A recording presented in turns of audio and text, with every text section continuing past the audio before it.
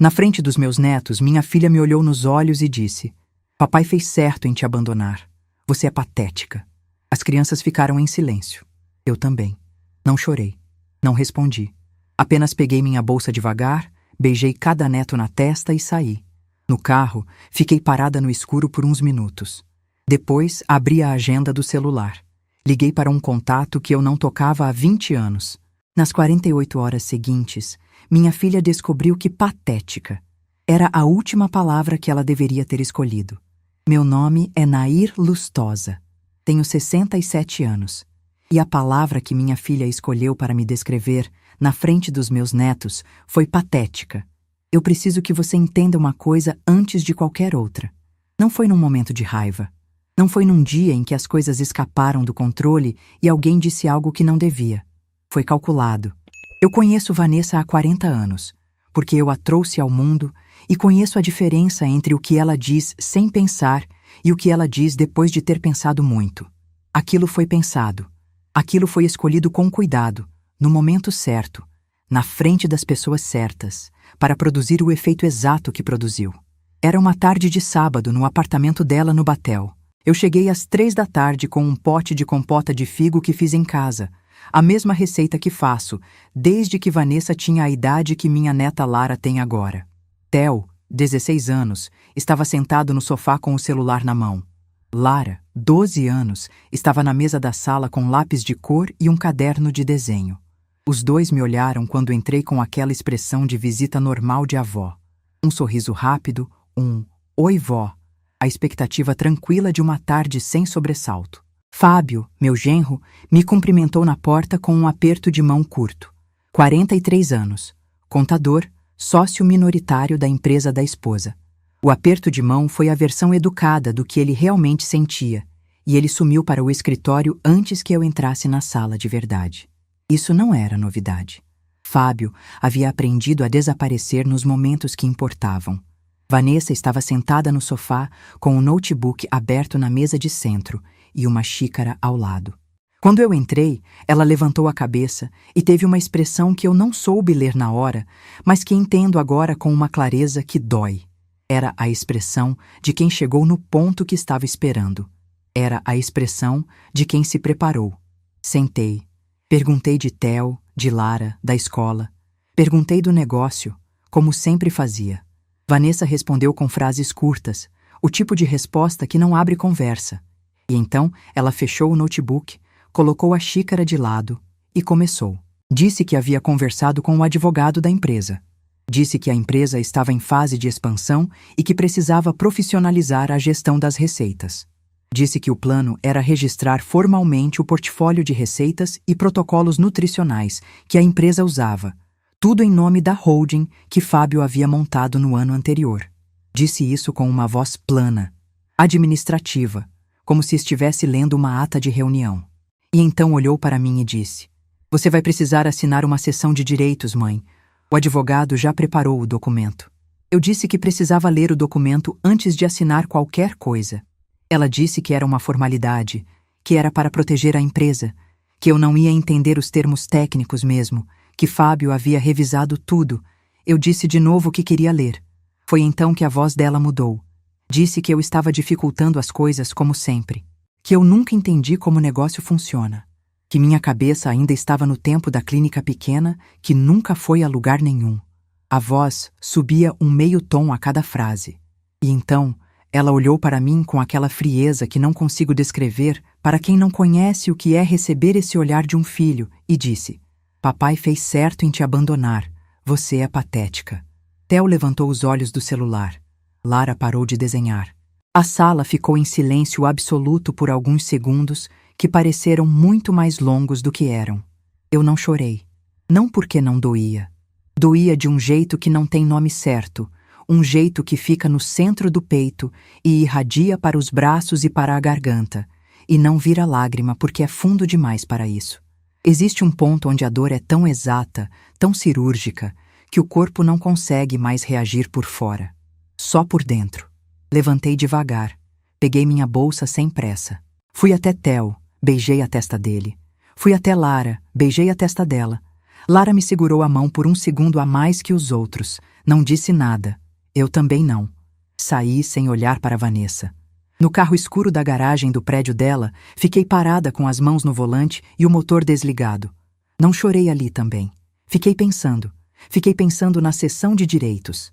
Fiquei pensando no portfólio de receitas. Fiquei pensando nos cadernos que tenho em casa desde os anos 90, cada um com data e letra de minha mão, onde cada protocolo nutricional foi desenvolvido passo a passo ao longo de décadas. Fiquei pensando nos e-mails que enviei para Vanessa quando ela estava montando a empresa, os arquivos com os protocolos que eu formatei e entreguei com o cabeçalho da minha clínica. Fiquei pensando nas fotos das aulas que dei para a equipe dela nos primeiros 2 anos, que ela postou no perfil da empresa com a legenda Nossa Consultora Técnica Fundadora, e que continuava no perfil até hoje porque esqueceu de apagar ou achou que não importava mais. E fiquei pensando numa coisa que Vanessa claramente não havia calculado, que eu, 16 anos antes, havia procurado um especialista em propriedade intelectual e registrado formalmente, no Instituto Nacional da Propriedade Industrial, 6 obras técnicas de minha autoria. Manuais clínicos, guias de aplicação, material didático sistematizado, os mesmos protocolos que fundamentavam a metodologia exclusiva que ela vendia como criação dela. Ela tentou me fazer assinar uma seção de direitos sobre algo que já era meu por registro. Abri a agenda do celular. Fui até a letra S. Silas Moura. Não havíamos falado em 20 anos. Estudamos juntos na Universidade Federal do Paraná. Ele seguiu para o direito, eu para a nutrição. Anos antes, quando precisei formalizar os registros, procurei um especialista em propriedade intelectual por indicação de uma colega, e o nome que apareceu foi o dele. Fui ao escritório. Ele me reconheceu na recepção e disse que velhos amigos não pagavam consultoria. Fizemos o que precisava ser feito, trocamos 2 cafés e voltamos cada um para a própria vida. Mas eu havia guardado o número. Ele atendeu no 3º toque. Disse: Nair, quanto tempo? Eu disse: Silas, preciso de você, e eu acho que tenho um caso muito interessante. Silêncio por alguns segundos. Depois: me conta. Naquele momento, sentada no escuro da garagem com a bolsa no colo e o celular na orelha, o que havia sido a tarde mais humilhante da minha vida começou a se transformar em outra coisa. Eu ainda não sabia exatamente o formato que essa outra coisa ia tomar, mas sentia que estava em pé em cima de algo sólido e que Vanessa estava em pé em cima de areia, e que ela não tinha a menor ideia disso. Nas 48 horas seguintes, minha filha descobriu que patética era a última palavra que ela deveria ter escolhido.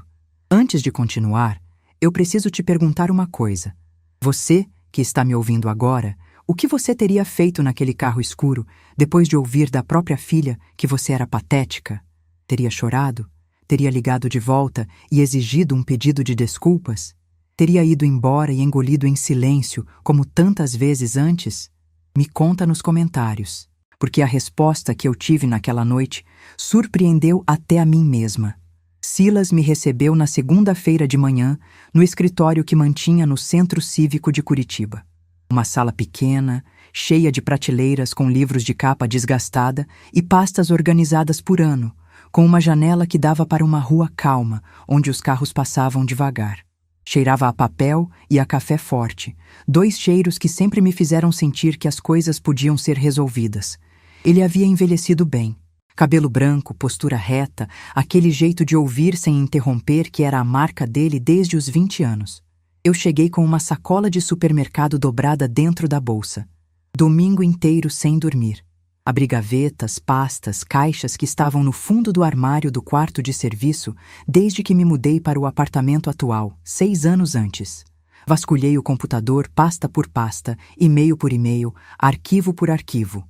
O que juntei naquela sacola representava 31 anos de trabalho documentado, e eu havia reunido tudo em menos de 18 horas porque eu sabia exatamente onde estava cada coisa.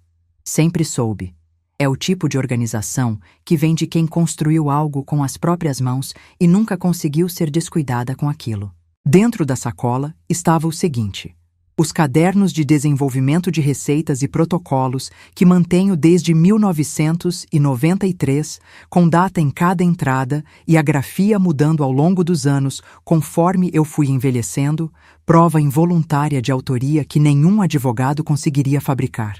Os e-mails trocados com Vanessa nos primeiros anos da empresa dela, onde eu enviava planilhas completas de protocolos nutricionais com o cabeçalho da minha antiga clínica e o nome da autora. No rodapé, as fotos das aulas que dei para a equipe dela nos 2 primeiros anos de operação, registradas no perfil oficial da empresa com a legenda que Vanessa mesma havia escrito. Nossa consultora técnica fundadora.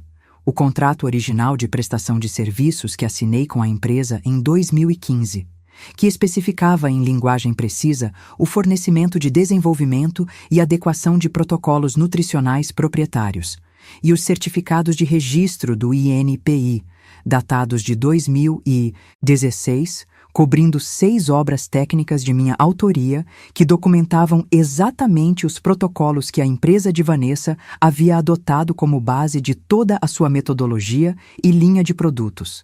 6 obras, registradas, em meu nome, com número de protocolo e data de depósito. Silas abriu cada documento com a calma de quem monta um processo peça por peça. Ficou 1 hora em silêncio, lendo. Tomou o café que a assistente dele trouxe sem tirar os olhos dos papéis. Quando terminou, fechou a última pasta e juntou as mãos sobre a mesa com a concentração de quem está formulando algo com cuidado. Disse: Nair, a sua filha estava tentando te fazer assinar uma cessão de direitos sobre obras que você já registrou formalmente. O advogado dela, ou não, fez a devida diligência antes de redigir o documento ou sabia e apostou que você não sabia que sabia. Eu disse que achava que era a segunda opção. Ele disse: eu também acho. E então começou a me explicar como funcionaria. A questão central era que os registros do INPI cobriam as 6 obras técnicas que fundamentavam o portfólio da empresa de Vanessa.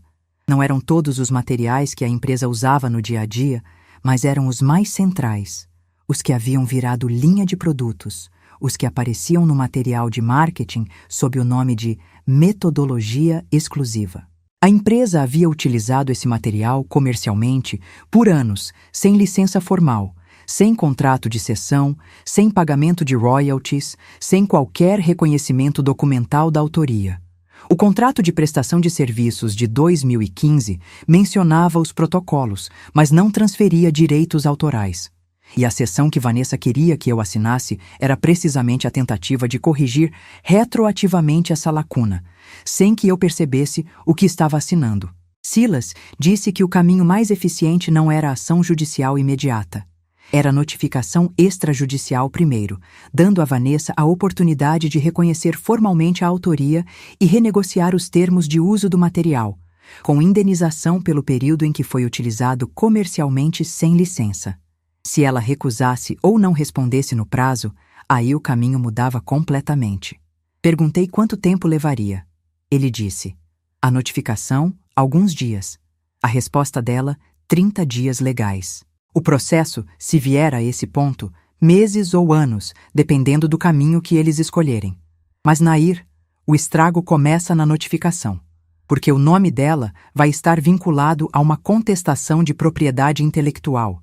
E no mercado de alimentação saudável, em Curitiba, isso não fica quieto. Perguntei sobre honorários. Silas cruzou os braços com a mesma expressão de sempre, aquela mistura de pragmatismo e generosidade que eu conhecia desde a faculdade, e disse: trabalho por êxito. Se não houver acordo ou sentença favorável, não cobro nada. Se houver, fico com uma porcentagem do que for obtido. Assina aqui. E assinou o contrato antes de mim, como se para ele a confiança fosse pressuposto e não conquista. Eu assinei. Deixei os originais com ele e saí com cópias em mãos. Mas havia um movimento paralelo que precisava ser feito. E precisava ser feito rápido. E foi por isso que, ainda no carro, no estacionamento do prédio do Centro Cívico, liguei para Glorinha. Glorinha Paz. 64 anos, diretora comercial de uma distribuidora de alimentos naturais, ex-sócia da clínica de nutrição que mantivemos juntas por 6 anos até encerrar quando cada uma de nós seguiu por caminhos diferentes. Não éramos mais próximas do jeito que fomos, mas havia entre nós o tipo de afeição que não precisa de manutenção constante para se manter de pé. O tipo que existe porque foi construído em cima de anos reais, de trabalho real, de uma confiança que nunca foi quebrada. Glorinha sabia da empresa de Vanessa porque o mercado de alimentação funcional em Curitiba era menor do que parecia. Distribuidoras como a dela cruzavam com fornecedores como os de Vanessa com frequência. Quando liguei e contei o que havia acontecido no sábado, ela ficou em silêncio por um momento que parecia pesado, e então disse: Nair, eu precisava te ligar há algum tempo. Tem uma coisa que eu ouvi e não sabia se devia falar. O que Glorinha havia ouvido era o seguinte: havia uma matéria sendo preparada por uma jornalista chamada Patrícia Wendel, especializada em gastronomia e alimentação funcional, sobre o mercado de produtos funcionais em Curitiba. Vanessa havia concedido entrevistas semanas antes, apresentando a empresa como pioneira em nutrição funcional baseada em ciência proprietária, descrevendo os protocolos como criação dela, posicionando a metodologia como algo que ela havia desenvolvido ao longo de anos de pesquisa e trabalho. A matéria ainda não havia sido publicada, mas estava quase pronta. Estava prestes a ir ao ar. Fiquei em silêncio no carro ouvindo Glorinha e fui entendendo, peça por peça, o que Vanessa havia planejado. Ela sabia que a notificação de Silas era uma possibilidade. Tinha advogado suficiente para calcular esse risco e estava tentando antecipar o dano, criando um fato público antes que qualquer contestação ganhasse forma. Uma matéria publicada estabelecendo a narrativa dela no mercado, pioneira, criadora, proprietária da metodologia, consolidaria uma versão que seria muito mais difícil de contestar depois. Era um movimento de quem pensa rápido e age com antecedência. Mas Vanessa havia calculado sem uma variável, que Glorinha tomasse café com Patrícia Wendel com frequência. Eu disse: Glorinha, preciso que você fale com a Patrícia antes que essa matéria vá ao ar. Não para barrar nada, não para criar problema. Só para sugerir que ela talvez tenha ouvido apenas uma versão da história. Uma boa jornalista não vai querer publicar com essa lacuna. Glorinha disse: já está feito. Eu ligo para ela agora. 30 minutos depois, Glorinha me ligou de volta. Patrícia havia concordado em esperar. Queria conversar comigo antes de qualquer publicação.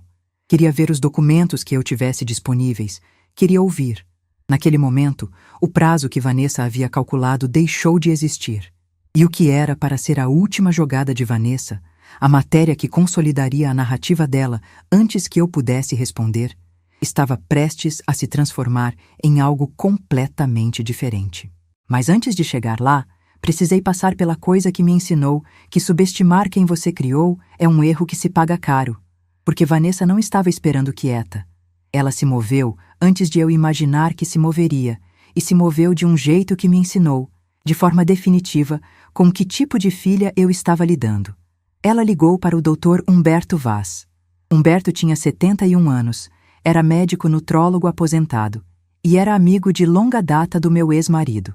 Conhecia a família há décadas. Eu não havia falado com ele desde o divórcio, mas sabia que Vanessa mantinha contato esporádico, porque Humberto era um nome respeitado na área e ela gostava de tê-lo como referência informal quando precisava de credibilidade. Vanessa ligou para ele e disse que eu estava agindo de forma irracional, que havia ameaçado destruir o negócio que ela construiu com tanto esforço, que a família estava preocupada com o meu estado emocional e cognitivo, que ela não sabia o que havia acontecido comigo, mas que as coisas que eu estava dizendo e fazendo não pareciam o comportamento de alguém com o juízo todo em ordem. Humberto não ligou para confirmar o que Vanessa havia dito. Ligou para me avisar.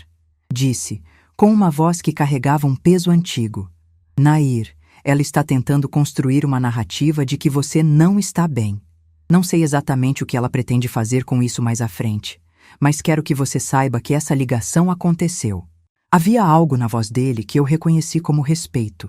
Ele conhecia meu ex-marido há 40 anos, sabia de quais moldes Vanessa havia sido tirada e não precisou dizer nenhuma dessas coisas em voz alta para que eu entendesse o que estava nas entrelinhas. Fiquei em silêncio ouvindo. Depois disse: Humberto, Você tem disponibilidade para me receber essa semana? Ele perguntou. Para quê? Eu disse. Para me examinar formalmente e emitir um laudo clínico. Quero tudo documentado antes que essa narrativa avance mais. Humberto ficou em silêncio por um momento. Depois disse, com uma firmeza que me fez sentir que ainda havia pessoas no mundo que funcionavam por princípio. Venha amanhã de manhã. Fui na terça-feira às 8 da manhã. Passamos 2 horas no consultório dele. Exame clínico completo, avaliação cognitiva, histórico de saúde atualizado, análise de exames que eu havia feito nos últimos 6 meses. Humberto trabalhou com a seriedade de quem sabe que aquele documento vai ter um destino específico e que esse destino exige que cada linha seja irrefutável. O laudo foi emitido na semana seguinte. Descrevia minha condição cognitiva, emocional e de saúde geral com uma precisão que não deixava margem para narrativa alternativa. Paciente orientada em tempo e espaço. Memória preservada. Linguagem fluente e coerente. Sem indicativos de comprometimento funcional de qualquer natureza. Silas juntou o documento ao processo que estava montando e o laudo ficou lá, quieto, esperando ser necessário. A narrativa de Vanessa havia encontrado o antídoto antes mesmo de ser usada. Enquanto tudo isso acontecia, Silas preparou e enviou a notificação extrajudicial, formal, precisa, citando os números de registro do INPI, descrevendo o período de uso não licenciado, estabelecendo um prazo de 30 dias para resposta e iniciando a discussão sobre os termos de um acordo. O documento chegou na segunda-feira da semana seguinte no endereço comercial da empresa de Vanessa. Fábio recebeu e levou para a mesa dela. E então o telefone tocou. Era quinta-feira, 4 da tarde. O nome de Vanessa apareceu na tela do celular e eu deixei tocar uma vez a mais antes de atender. A voz dela não tinha mais o tom de sábado. Era uma voz controlada, administrada, mas com uma camada de tensão abaixo da superfície que eu reconheci com a clareza de quem passou 40 anos aprendendo a ler essa voz. Ela disse que o advogado havia recebido a notificação de Silas e que havia um mal-entendido que precisava ser resolvido. Disse que nunca foi intenção dela desconsiderar minha contribuição à empresa. Disse que a cessão era um documento padrão de mercado e que o advogado havia redigido de forma equivocada. Ouvi tudo. Disse que entendia. Disse que o Silas estava disponível para conversar e desliguei. Liguei imediatamente para Silas e disse. Eles recuaram no tom, mas ainda não recuaram na substância. Ele disse. Exatamente. Eles querem resolver antes de virar caso público. Mas resolver para eles ainda significa você assinar alguma coisa que beneficia a empresa deles. Não assine nada sem mim. Nada. Eu disse que sabia. Na sexta-feira de manhã, uma mensagem chegou. Não de Vanessa. De Fábio. 3 linhas dizendo que a situação estava sendo tratada internamente e que ele esperava que eu não complicasse mais as coisas desnecessariamente. Não respondi. Tirei um print e mandei para Silas. Silas respondeu com um único emoji de polegar para cima. Eu me permiti, pela primeira vez desde o sábado, sorrir. O uísque estava preparado. Deixei que os dois achassem que eu estava esperando. Deixei que Fábio pensasse que a mensagem havia intimidado. Deixei que Vanessa acreditasse que o recuo de tom havia funcionado. Deixei que os dois dormissem o fim de semana, acreditando que o pior havia passado. Não havia passado. Estava chegando. A reunião com Patrícia Wendel aconteceu numa terça-feira, num café pequeno no Batel, a 3 quarteirões do prédio onde Vanessa morava. Eu escolhi o lugar de propósito. Patrícia tinha 45 anos, cabelo curto, aquela objetividade de jornalista experiente que não confunde simpatia com condescendência. Chegou antes de mim e já tinha pedido um café. Quando me sentei, ela me olhou com atenção e disse: Glorinha, me disse que você tem documentação relevante para o que estou apurando. Mas eu preciso entender uma coisa antes. O que você quer que eu faça com o que você vai me mostrar? Eu disse. Nada específico. Você é jornalista. Você decide o que fazer com a informação. Eu só quero que você tome uma decisão com todas as informações disponíveis, não com metade delas. Ela inclinou a cabeça levemente. Disse. Pode mostrar. Abri a bolsa e coloquei na mesa, com cuidado, as cópias que havia separado. Os cadernos dos anos 90 com a grafia da época, os e-mails com as planilhas de protocolo e o cabeçalho da clínica, as fotos das aulas na empresa com a legenda Nossa Consultora Técnica Fundadora, o contrato de 2015 e os certificados de registro do INPI das 6 obras com os números de protocolo e as datas de depósito. Não disse nada enquanto ela lia. Tomei o meu café devagar. Patrícia passou 1h30 olhando cada documento. Pegou os cadernos nas mãos e virou página por página. Em determinado momento levantou os olhos e me olhou com uma expressão que não era exatamente surpresa. Era a expressão de quem confirma algo que já havia intuído. Voltou aos documentos sem dizer nada. Quando terminou, colocou os papéis com cuidado sobre a mesa e ficou olhando para eles por um momento. Disse: "Você não veio aqui para barrar a matéria." Eu disse: "Não." Ela disse: "Você veio porque quer que ela seja precisa." Eu disse: "Sim." Patrícia ficou em silêncio por alguns segundos. Depois disse: "Eu preciso rever o escopo completamente. O que a Vanessa me apresentou é irreconciliável com o que você está me mostrando. Eu não publico nada enquanto não tiver clareza sobre isso." Saímos do café separadas, sem combinar mais nada. Patrícia sabia o que tinha que fazer. Eu tinha dado a ela os instrumentos. O que ela faria com aquilo era decisão dela. Mas não era o confronto com Patrícia que me tirava o sono. Era o confronto com Vanessa, que ainda estava por vir. Silas havia me ligado na segunda-feira para dizer que o advogado de Vanessa havia entrado em contato pedindo uma reunião informal para discutir um acordo antes de qualquer procedimento formal adicional. Reunião informal significava reunião onde Vanessa estaria presente, onde Fábio estaria presente, onde os advogados de cada lado estariam presentes e onde os números seriam colocados na mesa pela primeira vez. A reunião foi marcada para uma quinta-feira de tarde, no escritório de Silas, no Centro Cívico. Na manhã daquela quinta-feira, Silas me ligou com a voz de quem tem uma informação que muda o peso de uma reunião. Disse que havia pedido a um colega especializado em direito societário que revisasse o contrato social da empresa de Vanessa e os registros da holding que Fábio havia constituído, e que o colega havia encontrado alguma coisa.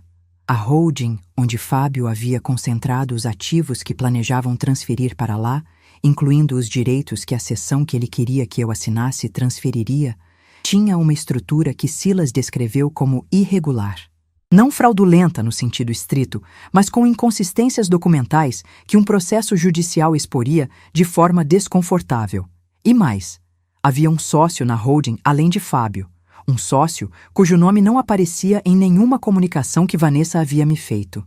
O nome era o do ex-sócio comercial de Fábio, um homem que havia saído de outro negócio anterior envolvendo uma disputa que foi resolvida extrajudicialmente, mas deixou documentação pública de irregularidades contábeis. Silas disse: "Nair, isso não muda o coração do seu caso, mas muda a conversa de hoje, porque agora não é só propriedade intelectual, é a estrutura inteira do que eles estavam tentando montar." Eu disse: "Então, leva esse documento para a reunião." Ele disse: "Já está impresso." Às 15h daquela quinta-feira, entrei no escritório de Silas com ele ao meu lado e me sentei na cadeira do lado esquerdo da mesa. Do lado direito, sentaram Vanessa, Fábio e o advogado deles. Um homem de uns 50 anos com terno cinza e uma pasta de couro que ele colocou sobre a mesa sem abrir. Vanessa me olhou quando entrei. Eu a olhei de volta sem nada na expressão, sem hostilidade e sem calor, só atenção. Ela desviou os olhos primeiro. Silas abriu a reunião de forma direta, sem preâmbulo. Apresentou o caso em termos factuais. As obras registradas no INPI, o período de uso comercial sem licença, o valor estimado de royalties não pagos, calculado com base no faturamento declarado da empresa, e a notificação extrajudicial que havia sido enviada e recebida. Falou por 15 minutos, sem interrupção, e com aquela voz tranquila de quem não precisa elevar o tom porque os fatos fazem o barulho sozinhos. O advogado de Vanessa tentou intervir 2 vezes. Silas o deixou falar e respondeu cada ponto com um documento específico, colocando o papel na mesa e empurrando na direção deles com 2 dedos. Então, Silas abriu a segunda pasta. Disse: Antes de discutirmos os termos de um possível acordo, precisamos abordar a estrutura da holding, para a qual a cessão que vocês apresentaram à minha cliente transferiria os direitos. E colocou os documentos da holding na mesa: a constituição societária, a ficha do sócio não declarado, os registros do procedimento extrajudicial anterior. Fábio ficou imóvel. Vanessa olhou para os documentos por um segundo e então olhou para o advogado deles com uma expressão que não precisava de palavras. O advogado pediu uma pausa de 5 minutos. Saiu com os dois para o corredor. Silas e eu ficamos na sala. Ele virou o bloco de notas na direção dele e escreveu uma linha sem dizer nada em voz alta. Empurrou o bloco para mim. Estava escrito: eles vão aceitar acordo. A pergunta é qual? Voltaram 12 minutos depois. O advogado deles disse que os clientes reconheciam que havia uma questão de autoria a ser formalizada e que estavam abertos a discutir uma solução que preservasse a continuidade do negócio. Disse isso com uma voz que havia perdido o tom administrativo da abertura e tinha agora uma textura diferente, mais cuidadosa. Silas disse: ótimo, então vamos falar sobre os termos. O que veio a seguir foi uma negociação que durou 3 horas naquele dia e que continuou ao longo de 6 semanas de reuniões e trocas de minutas entre os advogados. Mas o que importava era o que ficou estabelecido como ponto de partida naquela tarde: que havia autoria, que a autoria era minha, que o uso havia ocorrido sem licença formal e que a questão não era se haveria acordo, mas em que termos. Vanessa não disse nada durante a maior parte da reunião. Deixou o advogado falar. Em determinado momento, eu a olhei e ela estava com os olhos na superfície da mesa, aquela postura de quem está sustentando alguma coisa muito pesada por dentro e não vai dar a ninguém a satisfação de ver que está pesando. Fábio assinou o termo de intenções no final daquela reunião com uma caneta que ele tirou do bolso sem ser convidado a assinar. Um gesto mecânico, automático, de quem está no piloto automático porque as opções acabaram. Eu saí do escritório de Silas naquela tarde com o sol baixo na rua do Centro Cívico e fiquei parada na calçada por um momento antes de caminhar até o carro. A tarde tinha esse azul de fim de dia que Curitiba tem em determinadas estações, aquela luz que parece mais velha do que deveria. Não senti vitória naquele momento. Senti uma espécie de alívio muito profundo e muito cansado, o tipo que só vem quando você carrega algo por tempo demais e finalmente coloca no chão. 31 anos de trabalho numa sacola de supermercado. E minha filha havia tentado me fazer assinar em 15 minutos. O resultado parcial estava estabelecido. Eles estavam atordoados, mas não estavam derrotados. E Vanessa, eu sabia, não aceitaria a derrota quieta. Nunca havia aceitado. Isso era uma herança que eu reconhecia. A guerra não havia terminado. Havia chegado no intervalo. Foram 3 semanas de silêncio depois da reunião. Um silêncio que eu aprendi a desconfiar. Silas conduzia as negociações com o advogado deles de forma tranquila. Havia uma minuta de acordo circulando, com propostas e contrapropostas, em linguagem técnica, que eu lia à noite na mesa da cozinha com um dicionário jurídico aberto ao lado. Aprendi mais sobre licenciamento de propriedade intelectual, naquelas 3 semanas, do que havia aprendido nos 10 anos anteriores. Aprendia porque precisava. Porque há coisas que você não pode delegar inteiramente, mesmo quando tem um Silas do seu lado. O silêncio quebrou numa segunda-feira de tarde. Recebi uma ligação da escola de Lara. A coordenadora me disse, com uma voz cuidadosa demais para ser uma ligação rotineira, que Lara havia dito a uma professora que a avó estava brigando com a família e que estava preocupada. Que Lara havia apresentado um comportamento mais retraído nas últimas semanas. Que a escola queria entender se havia algo no contexto familiar que precisasse de atenção. Agradeci. Desliguei. Fiquei parada na cadeira por um tempo. Não era a escola que havia ligado por iniciativa própria. Lara havia 12 anos, era perspicaz demais e reservada demais para expor assunto de família à professora sem razão. Alguém havia dito alguma coisa para Lara. E Lara, sem entender o peso do que havia dito, havia repetido para quem não devia. Naquele mesmo dia, mais tarde, Theo me mandou uma mensagem. Uma mensagem curta, direta, com a objetividade de um adolescente que ainda não aprendeu a usar palavras para esconder o que está sentindo. Dizia: Vó, a mamãe disse que a senhora está tentando pegar a empresa dela. É verdade? Fiquei com o celular na mão por um longo tempo. Respondi: Theo, a gente precisa conversar pessoalmente. Posso te buscar essa semana? Ele respondeu em 2 minutos. Pode. Mas antes disso, na terça-feira, chegou o golpe que eu não havia previsto na forma como veio. O advogado de Vanessa Protocolo, uma medida cautelar requerendo a suspensão de qualquer negociação com a alegação de que eu estaria sofrendo de vulnerabilidade cognitiva, que comprometia minha capacidade de tomar decisões autônomas sobre patrimônio. Anexaram ao requerimento um documento assinado por um médico que eu nunca havia visto na vida, descrevendo sintomas que nunca tive, baseado em uma consulta que nunca ocorreu. Um documento falso. Silas me ligou na manhã em que o requerimento chegou. Disse, com uma voz mais séria do que a que ele usava normalmente: Nair, eles escalaram. Isso aqui é uma tentativa de te retirar da mesa de negociação por via judicial. Se o juiz aceitar temporariamente, todas as negociações ficam suspensas enquanto se faz a perícia. Pode levar meses. Eu disse: Silas, esse documento é falso. Esse médico não me examinou. Nunca estive no consultório dele. Ele disse: Eu sei, mas precisamos provar isso de forma inequívoca e precisamos fazer rápido. Fiquei em silêncio no telefone por um momento. Depois disse: Eu tenho o laudo do Dr. Humberto. Silas ficou em silêncio por 3 segundos. Depois disse: Nair, você foi ao Humberto antes disso. Eu disse: Fui. Porque Vanessa havia ligado para ele tentando criar exatamente essa narrativa, e eu soube que ela ligou antes que ela fizesse qualquer outra coisa, então fui documentar antes que ela pudesse usar. Silêncio novamente. Mais longo desta vez. Silas disse com uma voz que tinha dentro algo que eu interpretei como admiração genuína. Você esperava por isso. Eu disse: Não esperava por isso especificamente. Esperava por algo assim. Quando alguém tenta te tirar o que é seu, a segunda jogada costuma ser tirar a sua credibilidade.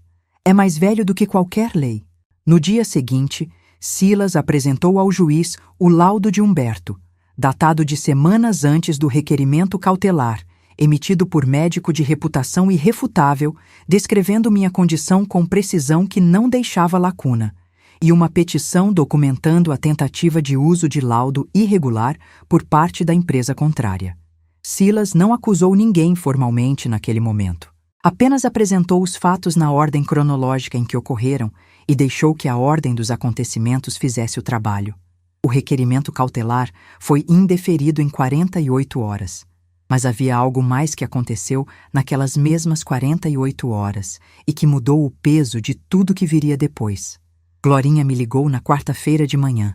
Disse que havia conversado com um contato dela em São Paulo, alguém da área de distribuição de alimentos funcionais que tinha relação comercial com fornecedores que abasteciam a empresa de Vanessa. E que esse contato havia mencionado uma coisa que ele havia ouvido de um sócio de Fábio num almoço de negócios semanas antes, que a holding que Fábio havia constituído estava sendo investigada por um auditor contratado por um dos clientes institucionais da empresa.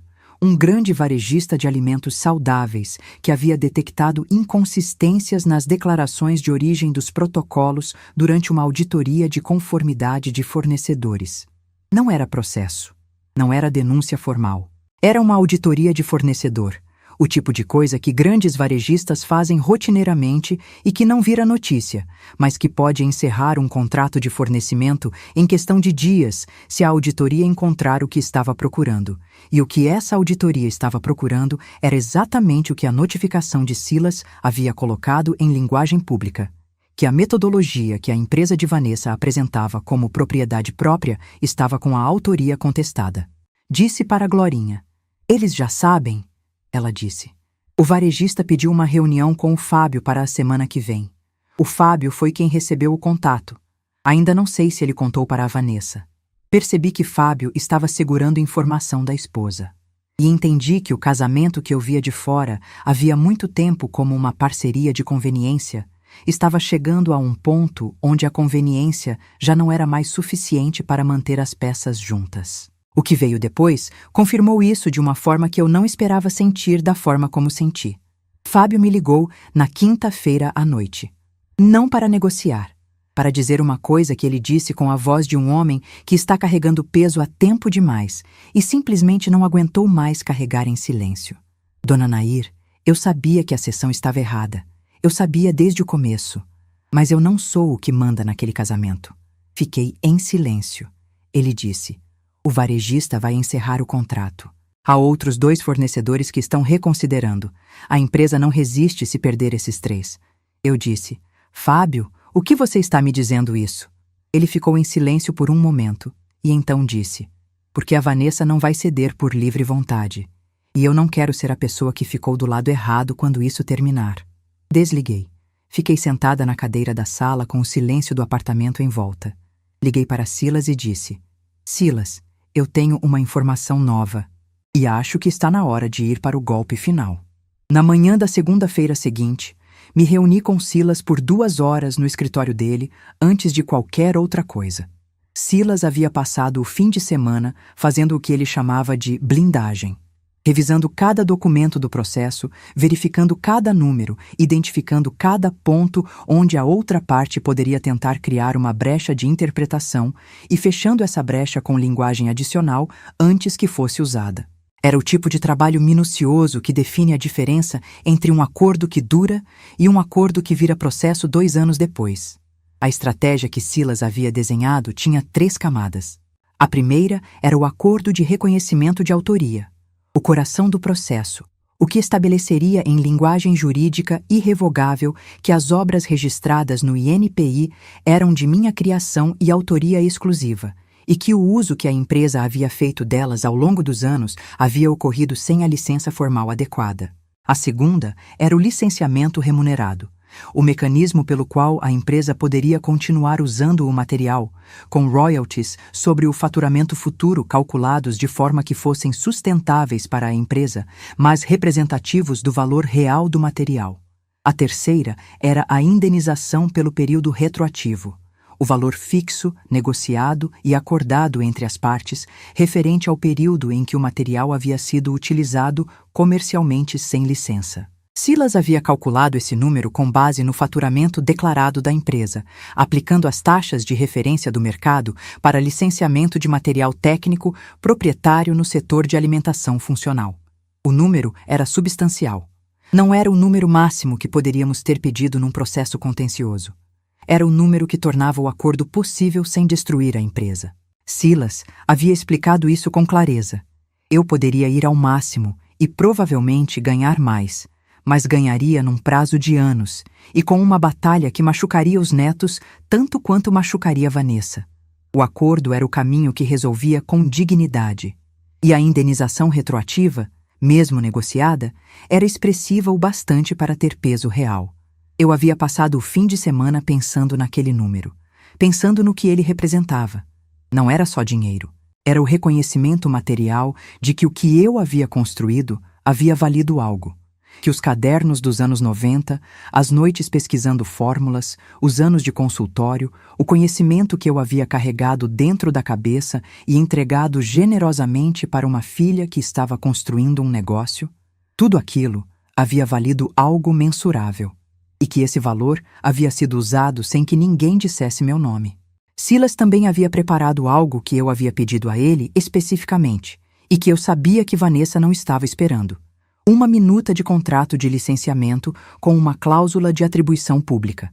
A cláusula estabelecia que o material de marketing da empresa, o site, as embalagens, o material de apresentação para distribuidores e varejistas, qualquer publicação que descrevesse a metodologia da empresa, deveria incluir, de forma visível, a atribuição de autoria. Não um asterisco no rodapé. Uma atribuição clara, no texto principal, em qualquer contexto onde a metodologia fosse descrita como diferencial da empresa. Silas disse, quando me mostrou a minuta: eles vão resistir a isso mais do que ao dinheiro. Eu disse: eu sei, por isso é a cláusula que não negocio.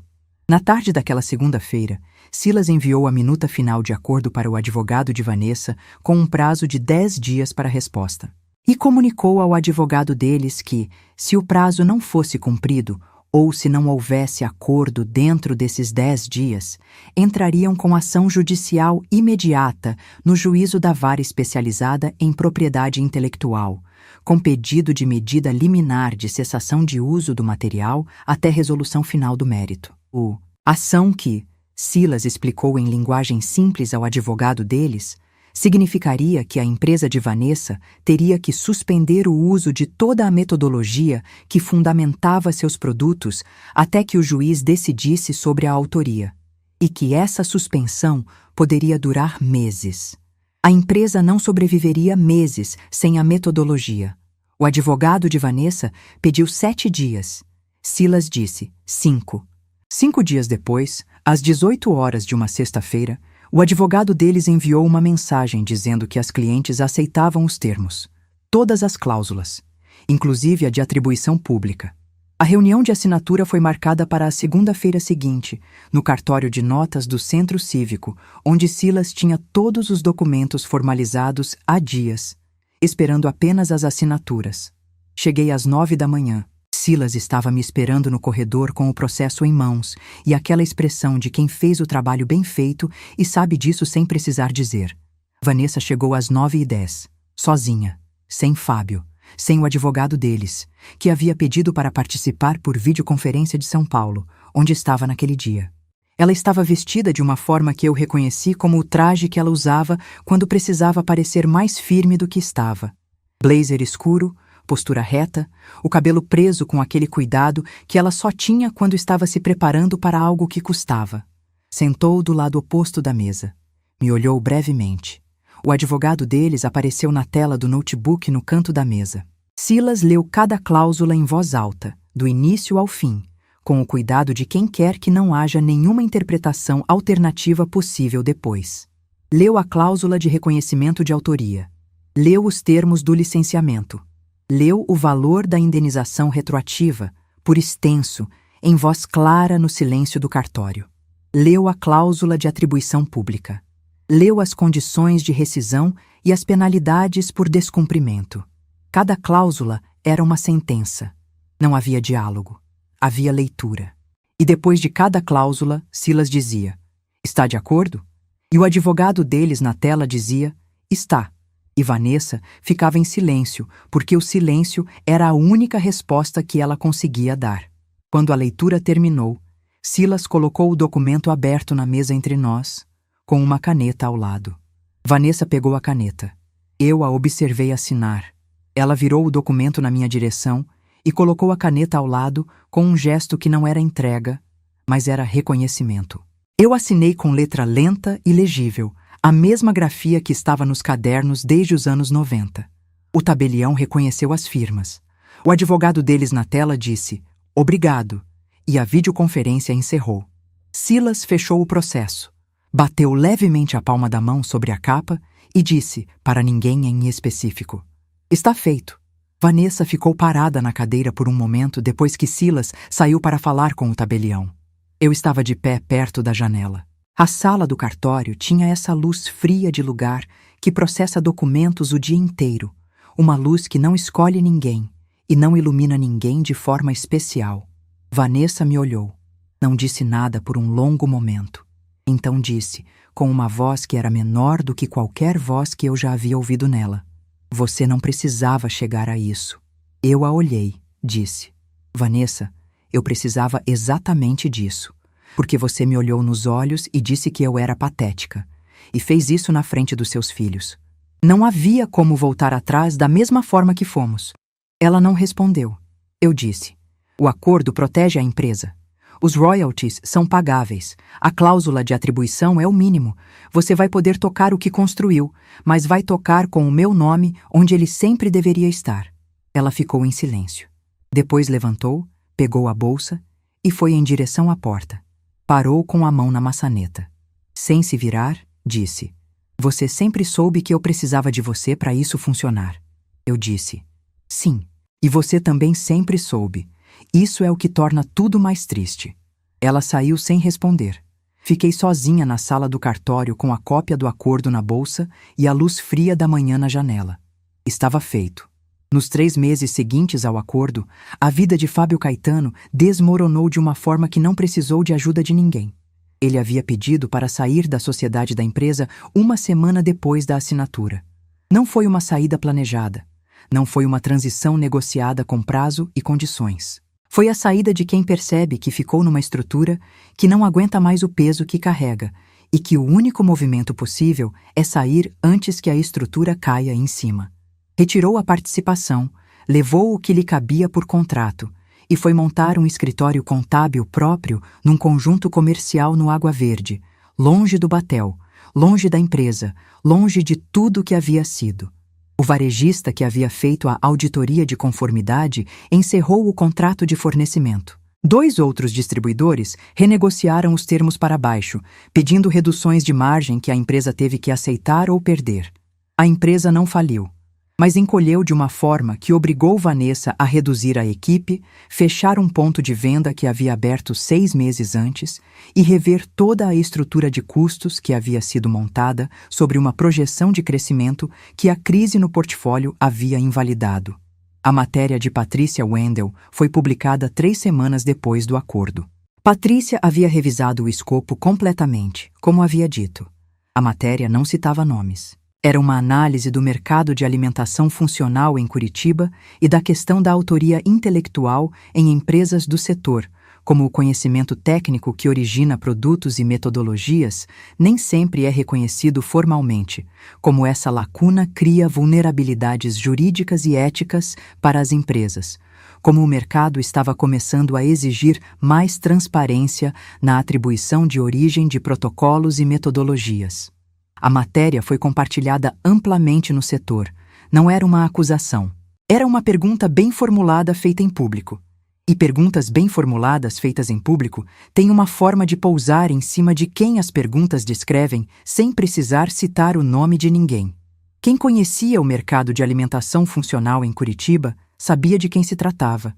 E o mercado era menor do que parecia. Fábio mudou-se do apartamento no Batel no final do 3º mês. Vanessa ficou. Não havia divórcio formal ainda naquele ponto, mas havia separação de fato que qualquer pessoa que conhecesse os dois havia percebido há semanas. O carro que Fábio usava, um sedã financiado em nome da empresa que ele havia transferido para si na saída da sociedade, foi devolvido à financeira quando ele não conseguiu honrar as parcelas depois que a renda que ele calculava ter não materializou no ritmo que havia calculado. O novo escritório contábil crescia devagar, mais devagar do que ele havia projetado, no ritmo que sempre crescem as coisas que começam do zero, sem a estrutura que havia sustentado a ilusão de que estavam crescendo rápido.